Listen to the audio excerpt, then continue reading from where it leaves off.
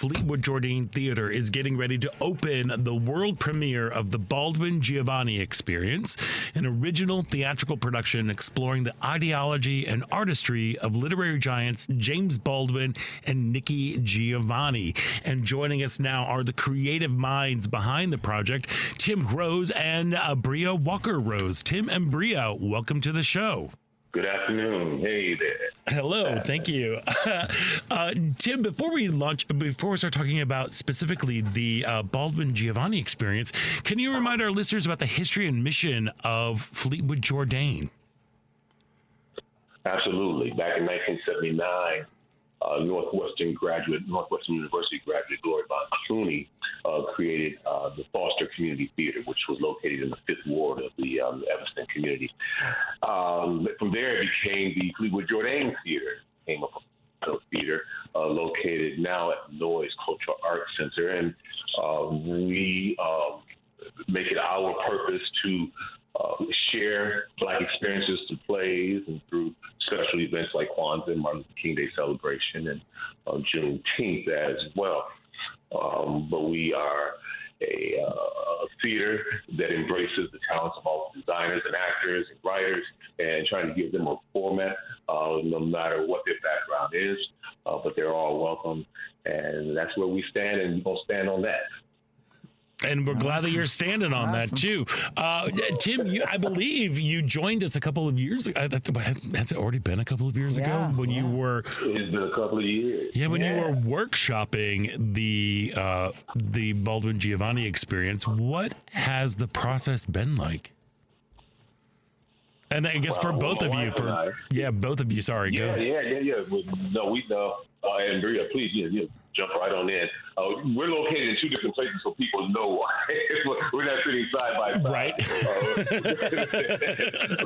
Bria's in Pittsburgh. She's a professor at Carnegie Mellon, so she's in Pittsburgh, and I'm here in Evanston. So we're not sitting side by side. So Mama, just jump in whatever you want to. Okay. No, go ahead. So, the whole idea of experimenting with this concept in 2023, there was some elements that we didn't have an opportunity to explore from that specific conversation. And so we want to bring some of those elements into play, add some more music and more choreography to it. We're bringing back the same 2 actors, the same design team, lighting, set building, and all those sorts of things. The same muralist as Charlotte Beverly. It's revisiting what we did before and reimagining that iconic conversation that took place in 1971 on that show, that great show called Soul, that was on PBS. Mm-hmm. Yeah. Mm-hmm. Why do you think that the conversation that Nikki Giovanni and James Baldwin had in 1971 still resonates so much today? I think a lot of the fights and conversations that they were having then, we're unfortunately still having now. Mm-hmm. They touch on a lot of different topics, teaching, writing, socioeconomics, politics, systematic racism. That's just so ingrained in our society. And I think mainly with systematic racism being so woven into the fabric of our day-to-day, it can be really hard to untangle that. That takes time. It took so long to get it going. It's going to take a long time to undo that. And so I think we as a nation, a lot of us are trying to undo that brutality and that cruelty. And some things are just taught that need to be untaught. And I think that takes time, It was only 1971 they had the conversation. Right. It's that important element of recognizing the history and learning from that and then doing better. A lot of what they talked about were like prophecies, what we're seeing today, the very thing that's unfolding before our face every day now. That was part of their conversation back then, right? Yeah. But they were also, within that conversation, they were also and I think that's a topic today, particularly for Black men. Nikki Giovanni was about holding Black men's feet to the fire, right? And so that was one of those strong conversations they were having. So it was not strictly targeted toward race and race relations, and or the so-called race problem, right? Or that, but it really does the things that they covered, the things that they have covered, really resonate today on many levels. Yeah, 100%. If you have the opportunity, go and find Soul to watch the discussion between these two just literary giants and just incredibly smart people talking. So yeah, like it's kind of like, oh my God, I need to catch up with you, just because you're thinking so fast.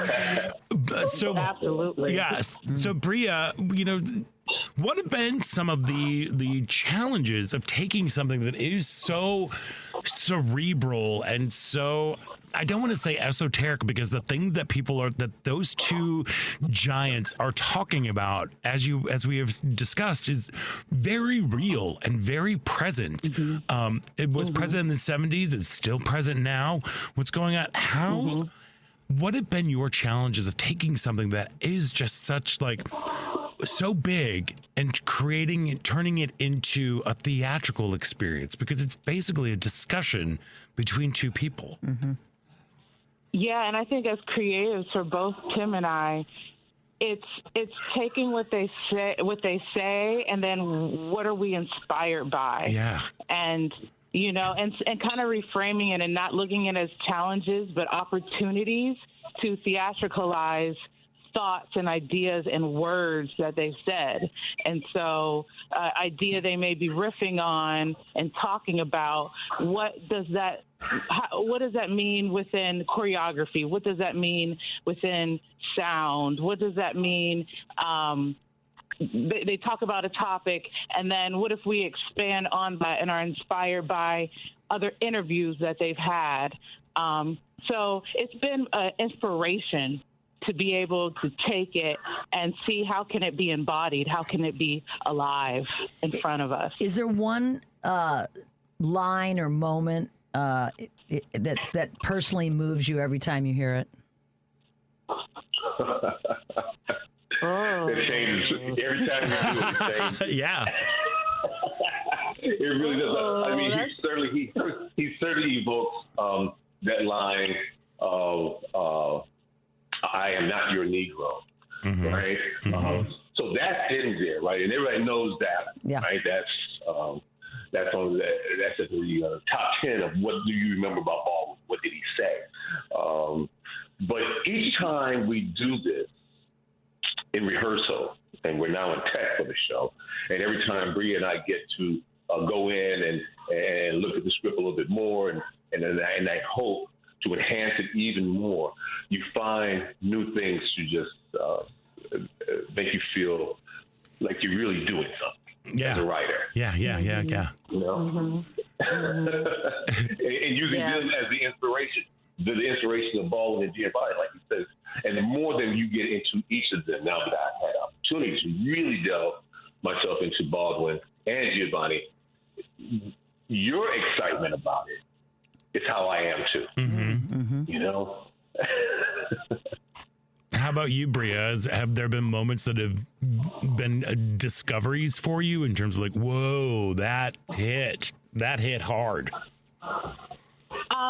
I think a big discovery is learning about Baldwin. I always knew his relationship with the church and how complex that was, but delving into his background more, just how deep it was, and how he felt connected with it, but not.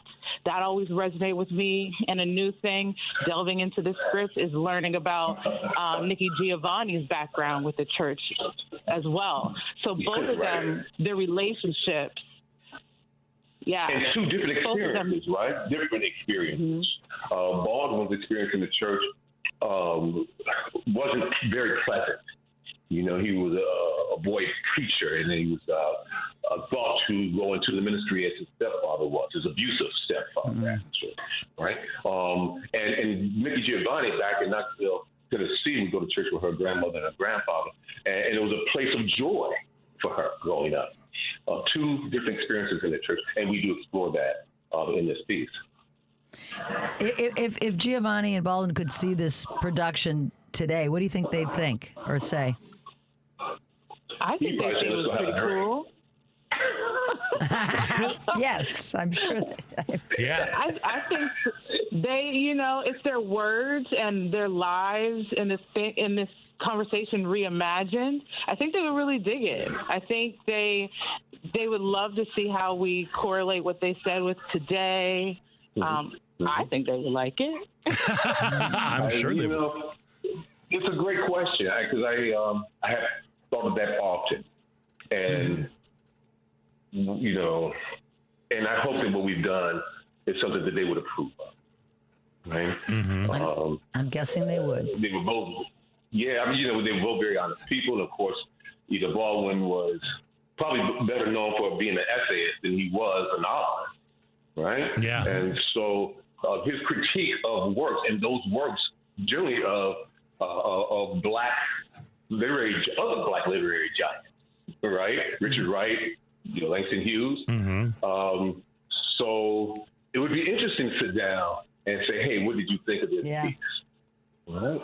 Yeah. Well, you know, this kind of devised work is one of my favorite things to go and be. It feels participatory as an audience member. You know, you feel because you are taking the actual words of these, again, literary giants, incredible thinkers, incredible debaters too. Like they will like hold each other, take each other to task, and then taking those moments and letting those be an artistic springboard for the two of you to say, well, how can we explore this idea? Is it through movement, or is it through a song that is inspired from the found text, the actual words of these human beings?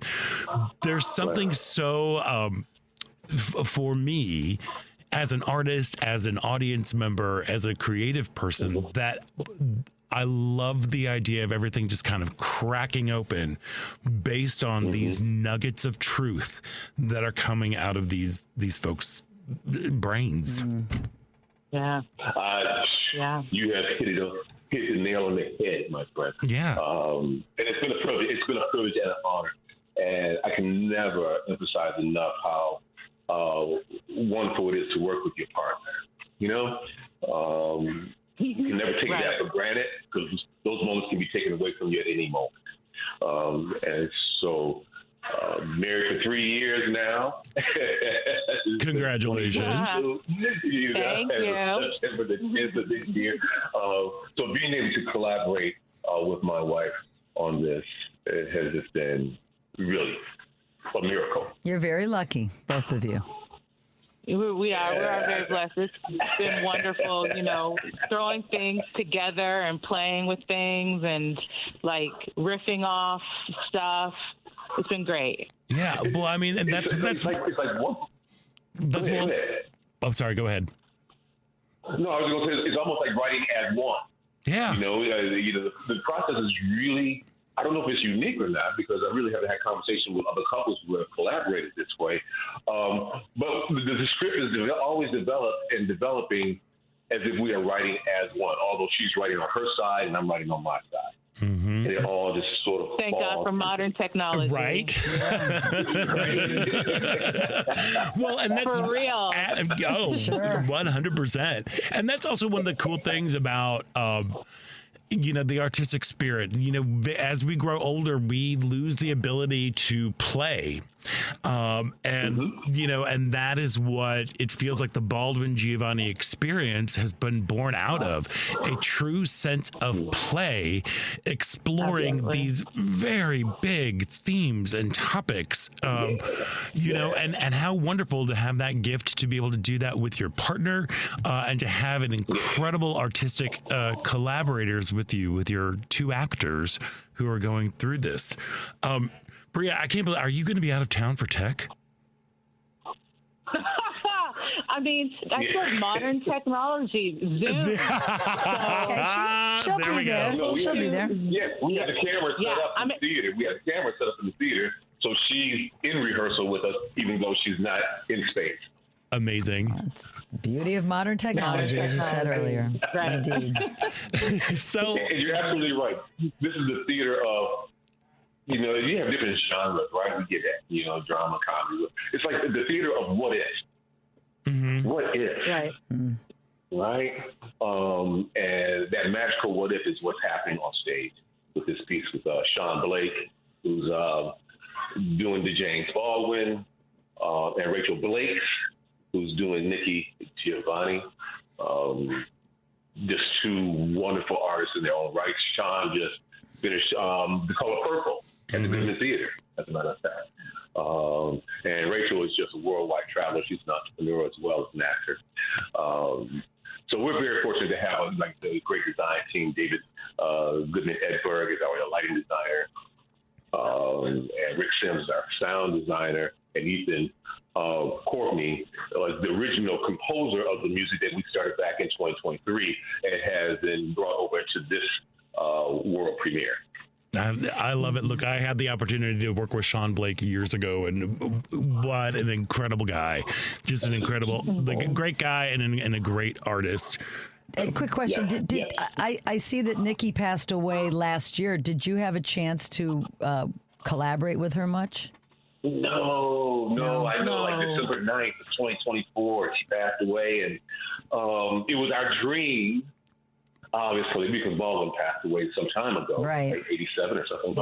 But it was the dream to bring this piece back and to reach out to her then, right?